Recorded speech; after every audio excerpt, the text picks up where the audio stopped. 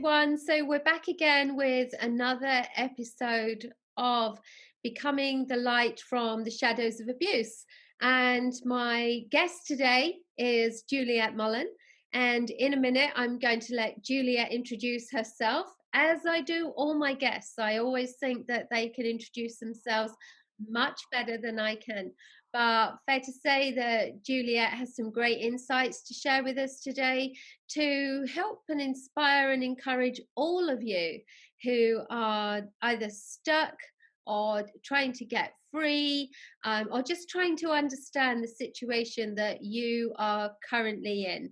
So I'm going to hand over to Juliette. She's going to tell you something about herself, and then we're going to look at her journey, where she started from to get to who she is today. So thank you so much, Juliette. Thank you for joining us. Thank you, Sarah. It's good to be here. And I was just about to comment on your for our listeners who are thinking, oh, that's a very unusual accent, and true. if anyone's like me, then they're not very good at placing accents. So just to confirm that Juliette is Scottish, and this is a Scottish accent that you're hearing, and actually yours isn't too strong, Juliette. I know a couple of times I've been in Scotland, and sometimes it's very difficult to decipher what people That's right.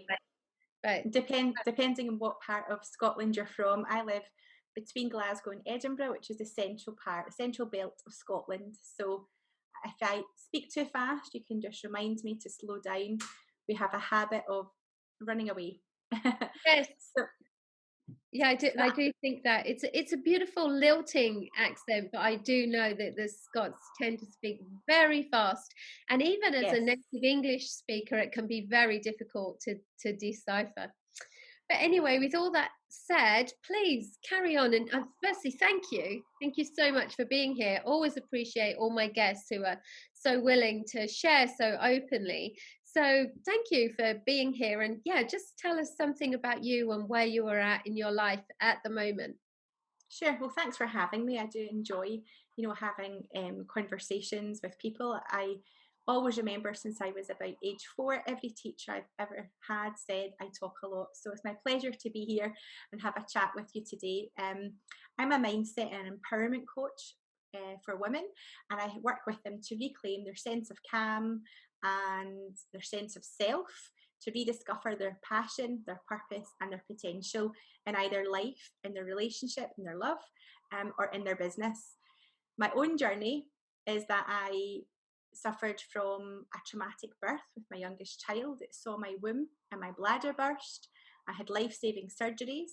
I've experienced miscarriage before that, grief, sexual assault, chronic anxiety, postnatal depression, burnout. I ultimately reached rock bottom. I suffered from PTSD. I was diagnosed with PTSD. And now I understand how to, restore myself from the inside out. And I use these experiences positively to work with other women to help them find their freedom from that prison of self-doubt, to build their life, their love, and their business so that they can, live the life that they deserve. Fantastic. And that's the thing that all of my guests have in common. All of them do some kind of healing, empowerment, and coaching work related to their own journey. And obviously that's what this podcast is for, because so often people get caught up in the idea that they can't heal, or that it's too hard, they don't know what to do. They get told that, especially with PTSD, anxiety and depression, obviously they get caught up in the story that they're told that they can't heal, it's going to take too long, they just have to learn to live with it. And that's why we're sharing these stories, because obviously you've been through such a lot, and yet here you are, you've done your own healing, and now you're helping other people. So we're here to totally debunk that myth that you can't heal. So absolutely, and just as you've said, that's partly why, that's part of why I do what I do, because I get caught in that cycle, that system where healing doesn't seem possible. And certainly for me and a lot of the people that I work with, one issue leads to another, and it has a knock-on effect on another. So for example, I had IBS, I had tonsillitis 17 times in 2 years. I had lots of other health conditions that come with part of your mind and your body, the mind body connection being out of balance. And I get caught up very much on the diagnosis of one problem or the next problem or the next problem.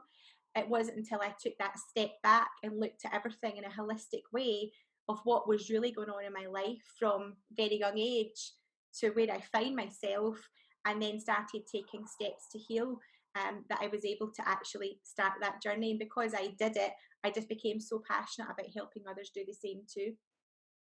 Yeah, and even that is such a powerful message. That it's really about us. It's about us looking at what's going on. These days, we can do all of the research, finding out the information, but accepting the responsibility that we are responsible for our own healing.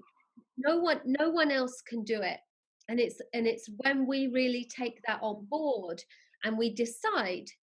Everyone that I interview talks about where they got to this point, same as you, where they just decide that they are responsible for their own healing and they're going to make it happen. And Yes, and I mean, up until that point, we can get into that cycle of going to a doctor or a medical expert and looking for an answer. But for me, it wasn't just one thing. It wasn't like, yes, I unfortunately lost my dad. He was 57. He died, and yes, I got divorced from my husband. I got made redundant from my job, but it wasn't just one of these things in isolation that got me to where I was. I like to think of it as a bit like an onion, where like it was another layer and another layer and another layer. And over time, I just became completely closed and numb, to my own body, to my environment, to everything that was going on round about me. Um, I just didn't even recognize emotions anymore. I didn't recognize what the emotions were in my mind and my body, how to express them. And, as you say, there came that point where I just reached breaking point, and I knew that there had to be a better way. For me, I had a daughter. She was, young, and I wanted to give her a better life. I wanted it to be different for her. I wanted to show her joy and happiness and a meaningful, fulfilled life. I didn't want to stay stuck in that cycle that I had really been in for 30 odd years in my life. I just didn't recognize that until I started looking backwards. yeah, and isn't it amazing that even though you're seeing doctors and medical professions and you think you're seeing the right people to get you the help that you need, like 30 years on, 30 years of dealing with all of that stuff, obviously not all of it, but as you say, it all got added to because you were never healing anything, so it just became this huge toxic Yeah, mess that you absolutely. I think that it's amazing. It's truly amazing what we learn to live with, whether it's a toxic relationship, whether it's a health problem. We seem to have a way of, working around it. Certainly for me, it was anxiety. I had chronic anxiety from I was a very young child, but I had lots of strategies in place around that. So when I went to university, I had a very successful corporate career. I seemed to almost use that anxiety to propel me further, to give me more success. I had lots of coping strategies, but my life was completely out of balance and completely out of alignment, which led to the toxic relationships, which led to all these other health conditions and depression and ultimately burnout. When you then factor all other things on top of that, that's where I reached my breaking point. But I always say what we put up with, we'll get more of. We get more of that back. So for me, um, I had built up such a tolerance to that anxious state, that anxious lifestyle. It just became my norm. I didn't realize that there was a whole other life possible where sure, life wasn't like that. yeah. And I can so relate to what you're saying because honestly, that was exactly my experience too. That I had this chronic social anxiety, this almost self-loathing from being bullied at school when I was really young. But on the outside, I had this successful career, and on the outside, it all looked great, you know. But inside, I was absolutely tormented. And it's that, as you said, we learn to cover these things. We do the things to cope with them, because then we don't have to deal with them. We can convince ourselves and everyone else that everything's okay, until Yeah, as you found out, um, the emotion that is undealt with expresses itself through physical symptoms. And what yeah, happens, to try and cover all these things up, as you found, is that the mind will give you physical symptoms that you must pay attention to, because you didn't take notice when it was just emotional. yeah.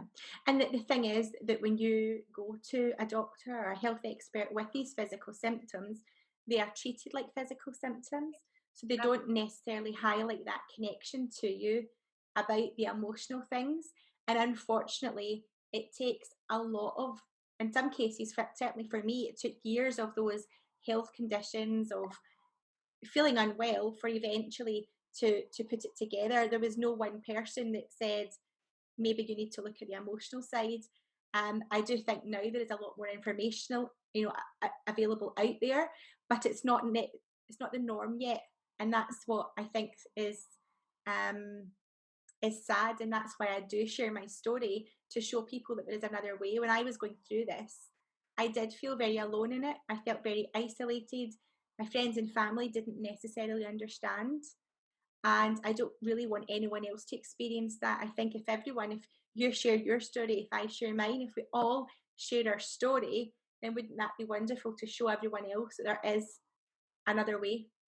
Well, and won't it be amazing the day that it is mainstream, the day that people go to the doctor with these physical symptoms, and instead of just dishing out really strong painkillers or sending them to a chiropractor or whatever kind of specialist seems to be appropriate, if someone actually says, "So what happened to you?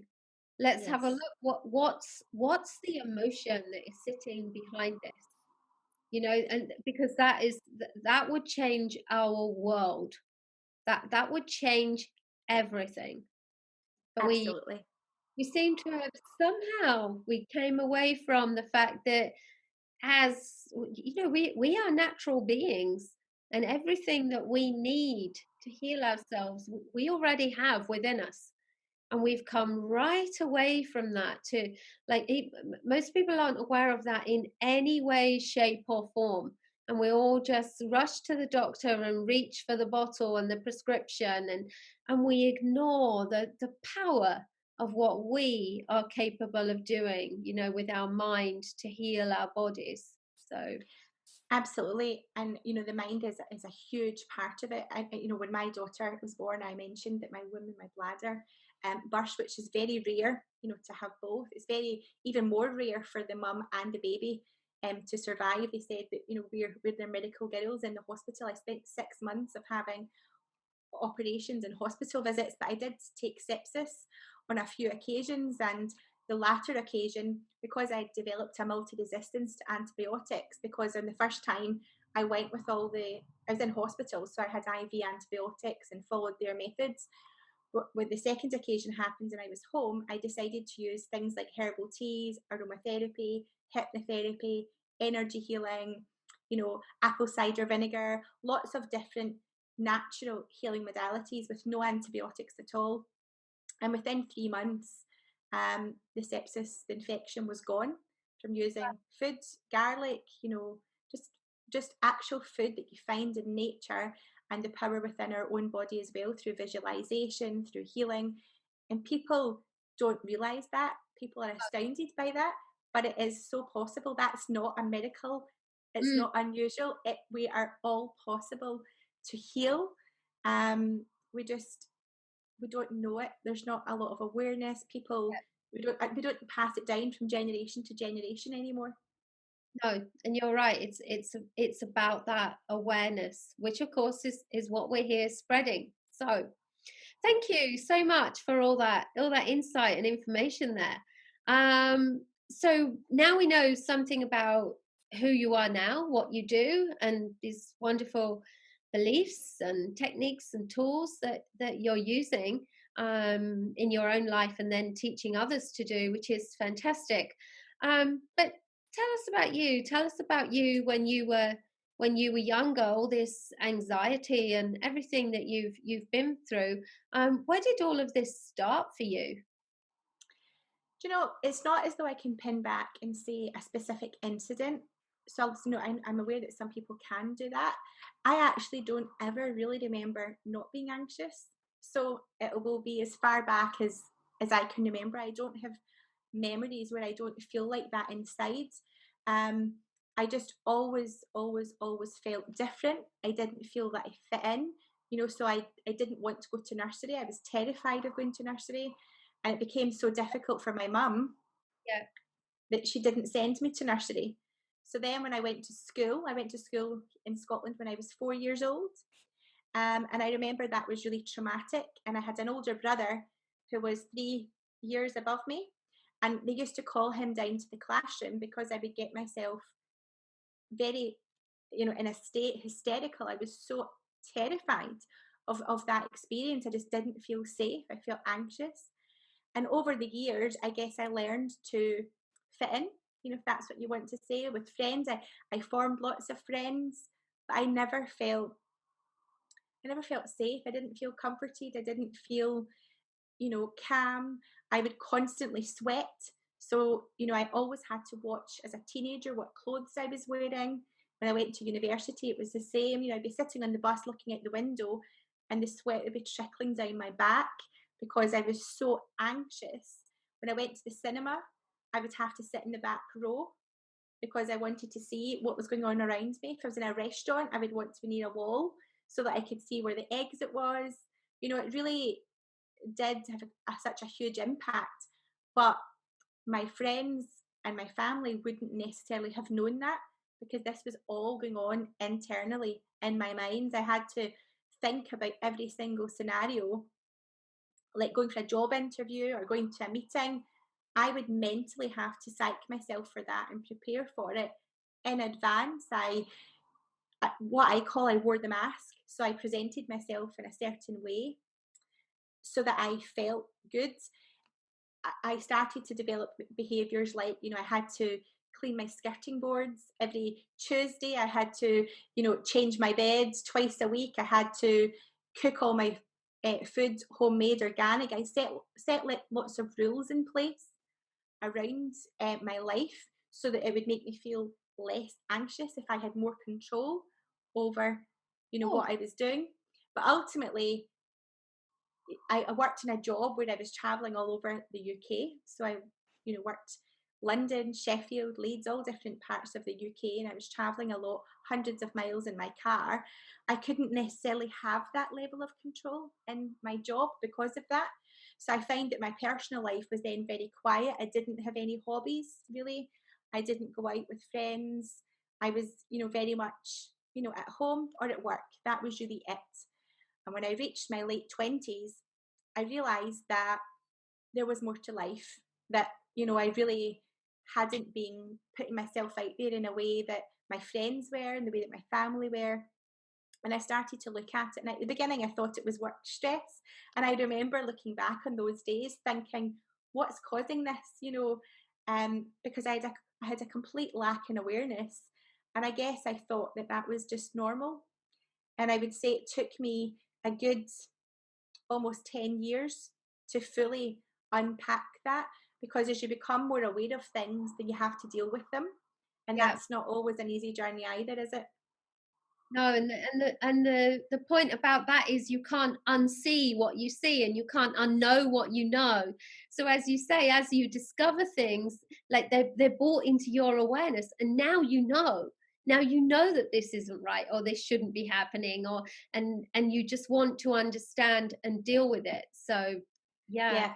I always say awareness is empowerment, and it is, because we can't shift what we don't have an awareness of. But if we, like me, I had an awareness, but I didn't necessarily have the help or the support in order to deal with it. So I turned to what I call self-sabotaging behaviours. I would go out and party with friends. I would drink too much alcohol. I had toxic relationships that didn't really serve me well, and made more anxiety come. And then obviously I had postnatal depression after my eldest. She's now 7, which I didn't have support or understanding from my partner, from my family. So that onion, if you like, that I'm mentioning to you, literally got added and added and added. And I became so detached because I had an awareness, but I didn't know how to get help. Yeah. And And I think it's important here as well to mention that I hate to say this because obviously you were dealing with so much, just one thing after another. But I imagine that there will be people listening that you have immediately made feel better who are simply going to listen and say, oh my goodness, it's not just me. Because they'll be able to relate to what you just said. mhm, Um, and I think the really important thing that we have now that we didn't have then, I was the same as you when I was doing my own work, when I started out on my journey of understanding and healing. Like no help, no support. I just didn't know what to do. Whereas these days, of course, and attitudes were so different. Whereas these, yes, of course, everyone needs to know. I'm talking about knowledge here to get the understanding to help them try and piece things together. Everything's available at just, it's at your fingertips on your keyboard. But I will make the important differentiator here and say that whilst you can get the understanding and the knowledge, that is not transformation. And so many people make the mistake of collecting so much information, but not actually doing anything with it, not applying anything with it.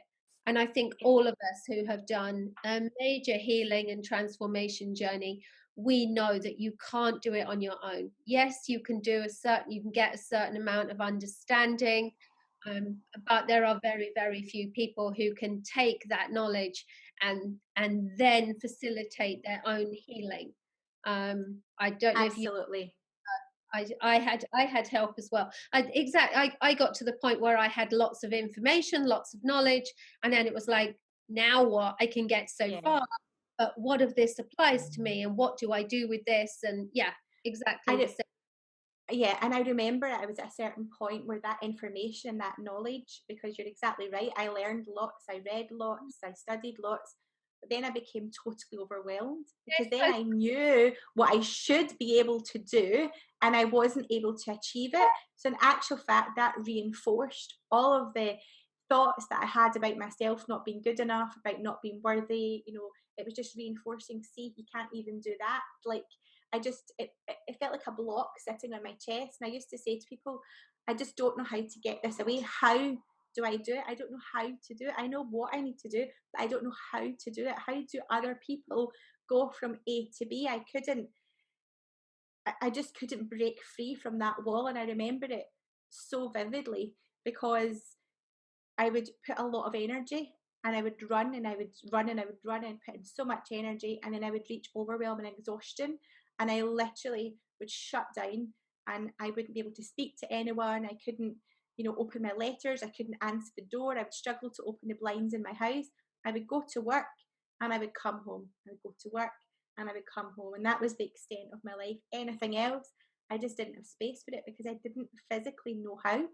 It was Mhm. the it was like a puzzle that was missing, or it was a language that I just didn't speak. It was Yeah. so alien to me. Yeah, because I think when we're trying to do our own work, as you say, we get so overwhelmed with all the knowledge, all the information that we collect. But number one, we can't see ourselves clearly. There is so much going on. There's so much white noise and so much input from other people, and we see ourselves in a disproportionately negative way. So we don't see ourselves objectively. But aside from that, anyway, aside from not seeing ourselves as we really are, of course we can't select, we can't select what we should be applying. As you say, there's just too much of it, it's too overwhelming. So for anyone who's in that situation, who's listening, you're perfectly normal. We all go through this where we just collect information, we listen to this person and that person, and we make notes, and then we get to the end and go, but I still feel the same.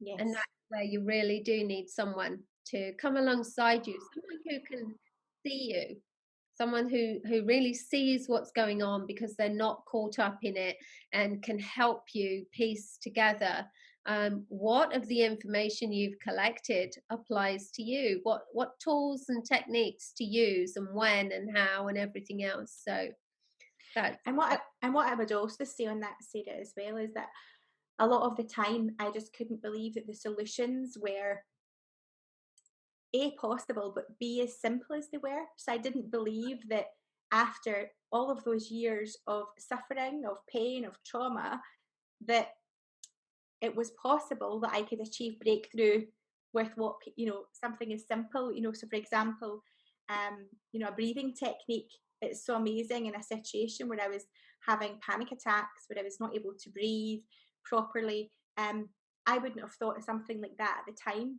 would have been possible, because I had spent decades of feeling like that. So it almost felt it, yeah, that's not possible. You don't understand the pain that I go through.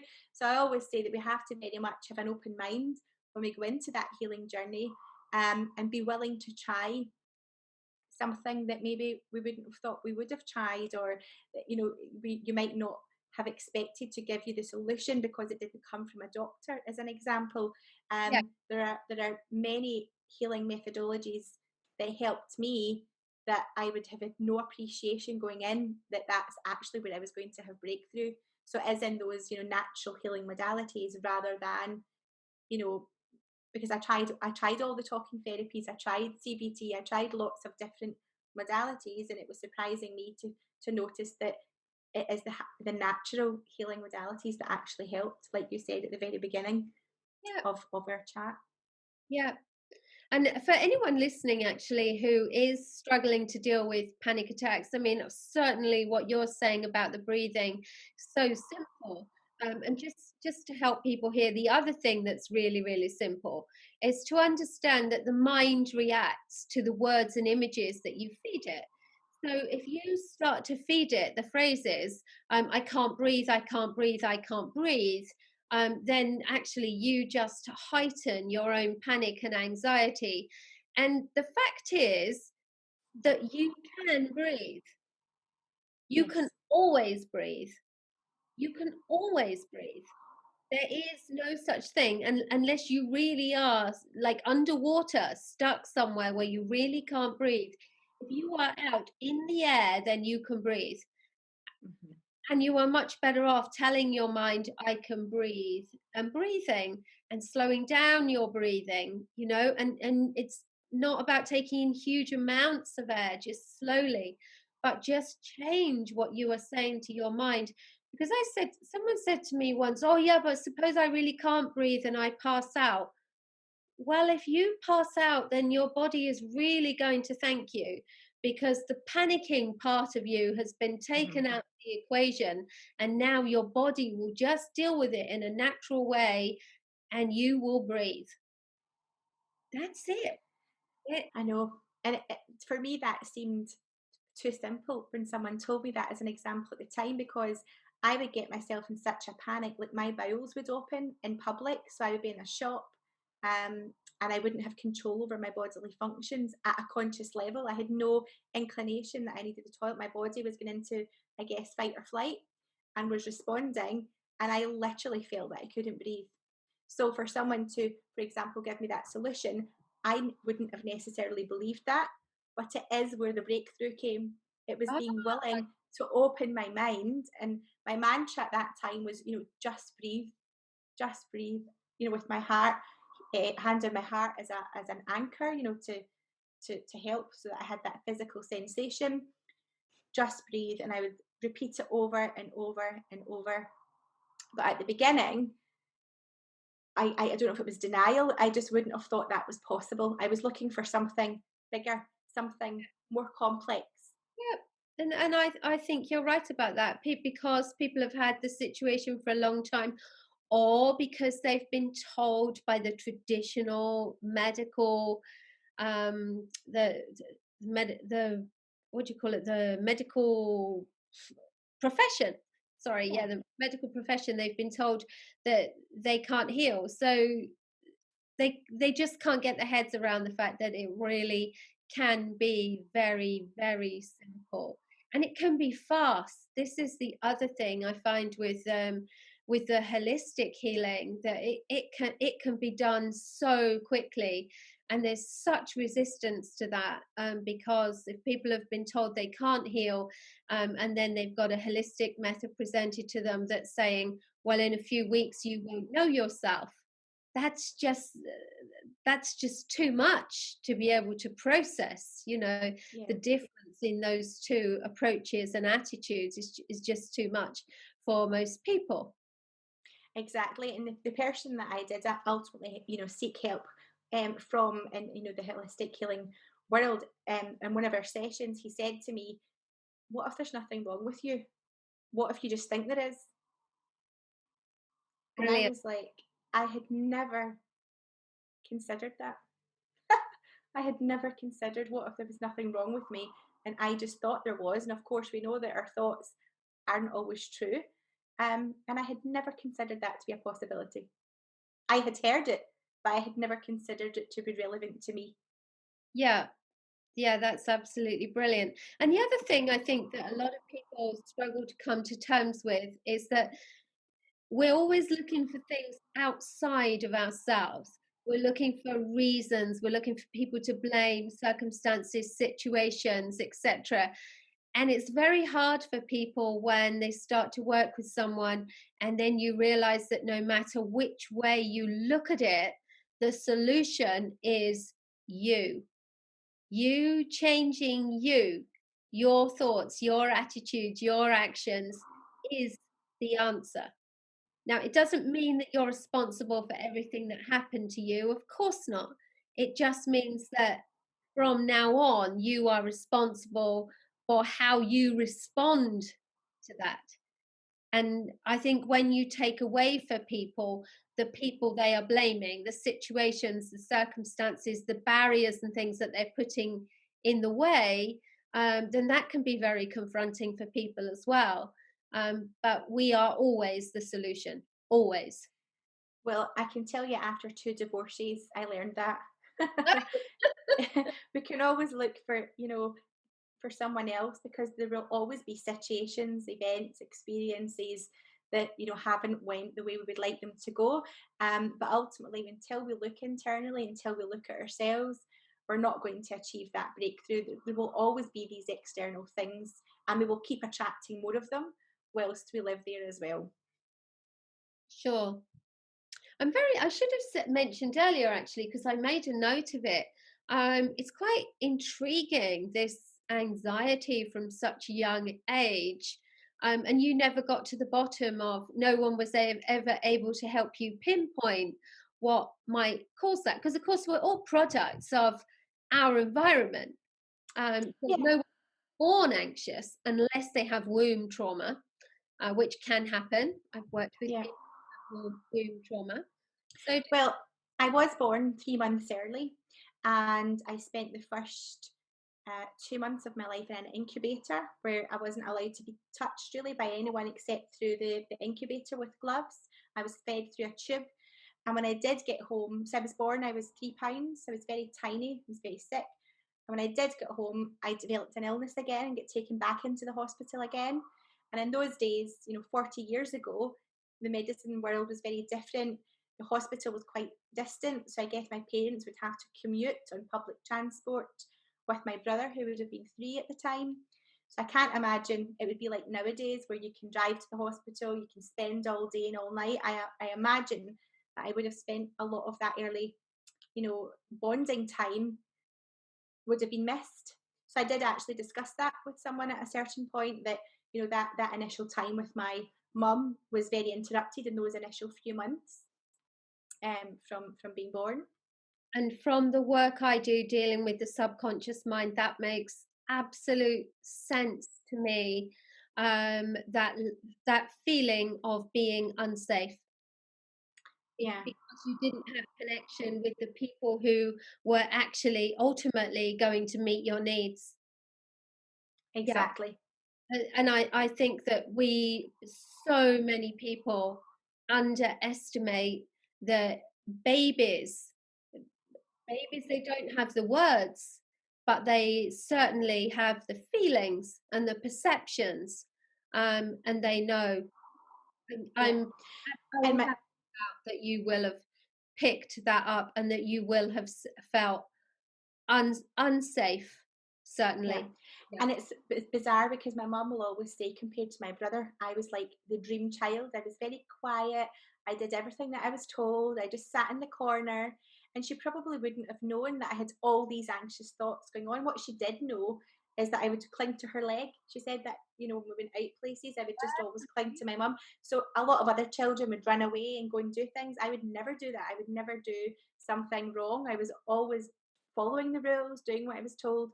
I had to be in close proximity to my family, or it felt overwhelming to me.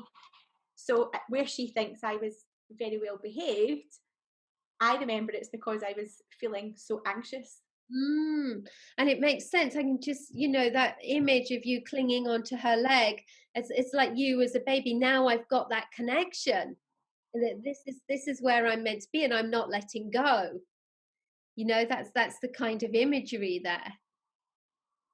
Yeah, And we really cannot underestimate how important these early experiences are. I mean, babies who have violence around yeah, them, they're actually born with trauma responses, jumping to loud noises and twitching and shaking, because they are reacting to the environment that was around them when they were developing in the womb, and they are picking up all the fear and the energy from the mother. You have to remember that whole fight and flight, if that is being triggered in the mother the whole time, then that is also running through the child, who is picking up all the chemicals, all the hormones, all the fear, everything. And yeah, babies are born with yeah. those. And it would also be fair to say, I mean, my parents had their children very young. So my mum was 18 and like 21 when myself and my brother were born. So I grew up in a family where we voiced our disagreements very loudly. So my parents and my brother, they would shout a lot. We would argue a lot. And for someone who was very internally focused and who was so quiet, that was challenging for me. So I would spend a lot of time in my bedroom. I didn't want to be in that kind of environment, in that atmosphere, because I was different. I didn't deal with my disagreements in the same way as them, because I found that difficult. So growing up, that would get again reinforced that I felt different in some way, because my parents and my brother, in my opinion at that time, they were very alike. They had similar Right. ways of dealing with things. They would be, loud arguing one minute, and then we'd be back to being best friends again once the air was cleared. Whereas I would be left like, that was just too much for me. Yeah, yeah. And it's so important to talk about all of this, because it really just highlights for people these childhood perceptions, what's really might be going on with children, and how children see the world around them, how they see themselves, what they absorb from their environment. And that as parents, we're role models. Our children are learning from us. They are learning how to behave as an adult, how to treat other people, how to just be, how to Yes. exist. Um, And it's funny you said that, Sarah, because one of the memories that I do have from being really young, I was 3 or under, because we lived in our first home. And I've spoken to my mum about this since. I remember it was like lifelike rabbits outside our home. And I remember being absolutely terrified. Now, my mum has explained to me since it was Halloween, and it was like friends or neighbours who were dressing up for oh, Halloween in a way that's going to be nice for children. But I actually have that memory now as an adult where there's fear. That wasn't fun. It wasn't enjoyable. It didn't seem like dressing up. And certainly I see that with a lot of children now, where they're frightened of Santa Claus, or they're frightened of the Easter Bunny, or they're frightened of Halloween. And we don't necessarily, I'm not saying we're all going to traumatize our children, but we do have to remember that you know, that they might be frightened. You know, that might actually be a time where they are genuinely frightened. And I guess, as a parent now, we just don't realize that, kids cry, kids get frightened, they learn, but they need to also feel safe. Yeah. Yep. As one of a child's main needs is to feel safe. You know, love, support, and safety. Safety and security and consistency are something that children crave, and the lack of in itself can cause trauma, let alone anything else. I've worked with plenty of people, and the main thing is that they, like you, they didn't feel safe. They may not be able to pinpoint what it was, but it's still a trauma to them. It's still seriously affecting their adult lives. Yes, and of course, at that point in life, people would say, don't be silly, just go on with it. I don't even know what you're talking about. You're safe. You've loved. You had everything that you ever needed or wanted as a child growing up. Like, don't be silly. Just brush it off, move on. These are the kind of things that people would say, which only made me feel worse. Of course. I have to say. But I was about to say that because, of course, what it does, it invalidates you. You get dismissed and you're made to feel unimportant and irrelevant and kind of silly almost, you know. Absolutely, it just reinforces that, you know, the feelings that you've already developed around not fitting in, not being worthy, not being good enough, not being safe, not being heard, all of these types of things going on. Well, you obviously did an amazing job healing yourself from everything that you'd been through. And I know that you recently wrote a chapter in a book, didn't you? Can you tell us something about that? Sure, I would love to. So, I was involved in a book collaboration. It's called I Fly, and it was released into Amazon and some of the book retailers in March of this year. And my chapter is chapter 18, and I talk about the journey of finding me again. So it starts off with me in an anxious moment, in a panic attack, and it explains what's going on there, all of those feelings of not being able to breathe, the overthinking. I then unpack that a little bit to tell the readers a bit about my life, how I reach breakdown, a bit about the toxic relationships, the self-sabotage that I mentioned, that I went through in my journey, and then ultimately leading to the point where I was diagnosed with post-traumatic stress disorder. I had all of the medication, beta blockers, antidepressants, all of the things, for anxiety to help me sleep as well, because my sleep was very difficult at that point in my life. Um, all to me finding all of the natural healing modalities, and as I say, my coach saying to me, what if there's nothing wrong with you? You just think there is. And that was really the turning point, and I decided to learn more about it, and was determined to heal. That I wasn't going to allow my life to get any worse, that I was now in my 30s, I had a daughter, and that this was the changing point. There was going to be no more.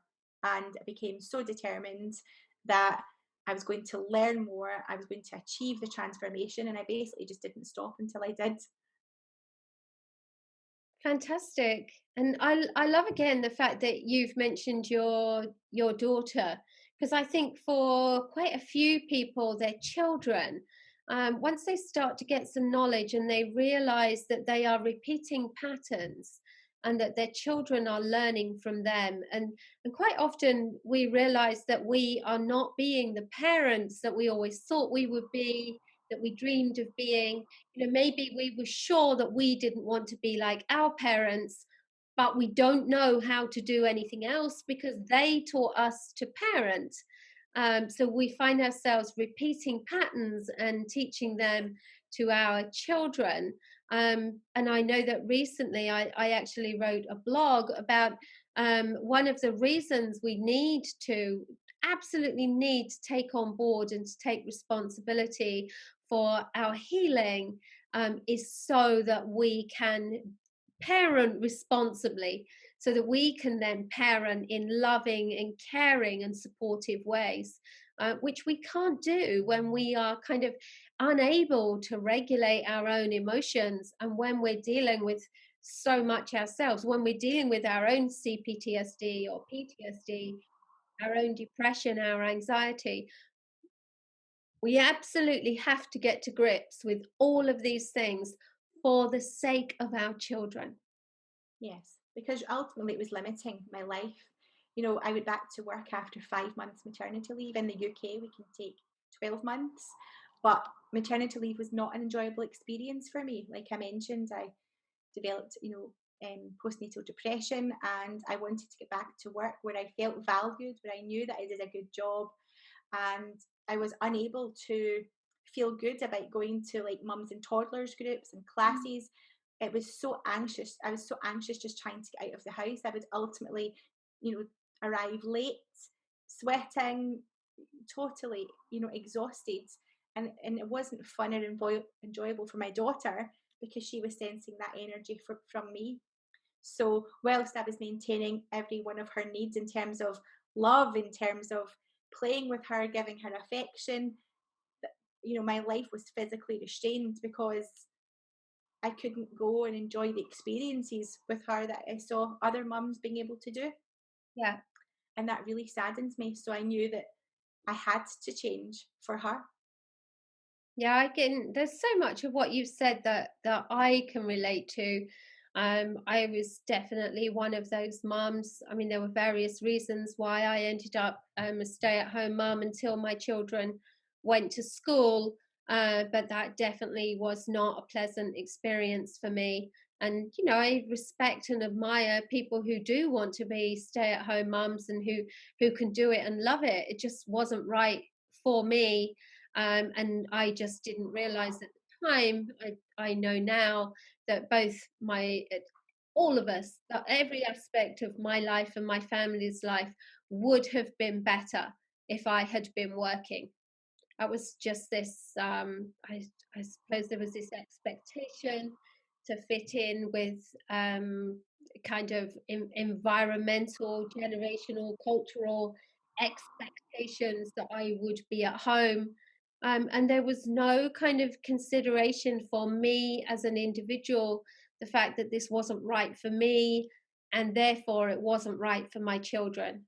And there's no way I would do that again. Looking back on Mhm. it, I just, like you, I just wasn't the kind of person that could do those things. And it leads, I mean, aside from the fact that it leads to severe depression, which I can relate to. I had that for such a long time. But anger and resentment and so many other things that you just do not want brought into your parenting. So it's just, it's really important that we consider what's right for us, and what other people say is completely irrelevant.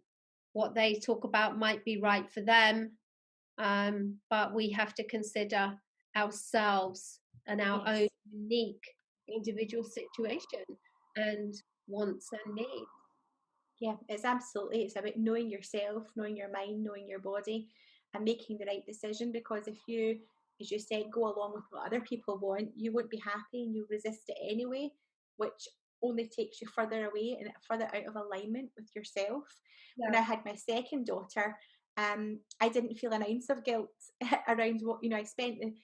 I went back to work after 7 months with my youngest, and that was after months of operations, of catheters and nephrostomies and lots of challenging medical issues. And I still went back to work after 7 months, where most people would have said, take longer. You're entitled to 12 months without all of those things going on. But I know myself, and I know what works for me, what works for my family. And that's ultimately best for her too. She's a happier, more confident child. We're Yeah. actually celebrating her second birthday tomorrow. Um, and her and her sister, I've got a good balance, and I'm happy, so they're happy. I always say if the parents are okay, then the kids are okay. Yeah, and that's what we overlook. And also the other thing we overlook is that the opposite is true. So many people talk about staying in situations for the children. Mm. Well, if you're not happy and there's all sorts of things going on around them, if there's raised voices, if kids respond to tone of voice, they respond to volume, and some people say, "Oh, well, the kids don't see what's going on." Well, number one, that's probably not true, and kids are Mm. absorbing far more than you realize. But also, what they're not seeing the demonstration of love and affection and support and interactions of a healthy relationship. If you're trying to hide the effects of a toxic one, I doubt you're going as far as to kind of laugh and be affectionate, and all the things that kids need to see are present in a healthy, loving relationship, so that they understand, oh, this is what love looks like, this is what marriage looks like, this is what it is to be a mother, a father, a wife, a husband. Yeah, so if you're not happy, believe me, the kids aren't happy, because they know something isn't right. And Absolutely. They sense it from the energy alone, far less anything else. well, and you in your work, I know from me and mine, but you in your work, you will be dealing with this all the time. I find that now we are dealing with the damaged adults. And I guess I know that people say to me, I'm sure they say to you, oh, my parents stayed together for us kids, even if it was up until a certain age. And they know, and the kids themselves wish they hadn't been subjected to it. Yeah, absolutely. I can totally relate to that. And I guess, people with hindsight can look back and say, I wish I'd done something different. However, if this information is available and they realize, the consequences of decision, they realize that there's choices, they realize there's support, they realize that they're not alone, then they can feel more empowered to make those decisions. Yeah, and that's the thing, isn't it? It's like the knowledge, and also it's the fear of the judgment of other people, which I think these days is not as prevalent and not as real as we think. And it's, as we said earlier, it's about knowing yourself and doing what's right for you and your situation and your circumstances, and what other people think and feel just doesn't matter. They don't know you and what you're going through, or how you're all being affected. It's about looking at things from your point of view and what's right for you. Exactly. So, thank you for everything that you shared. Obviously, we will put your information in the notes. But if people are intrigued, interested, or whatever, want to follow up with you on anything that you've said, how can they reach you? What's the easiest way?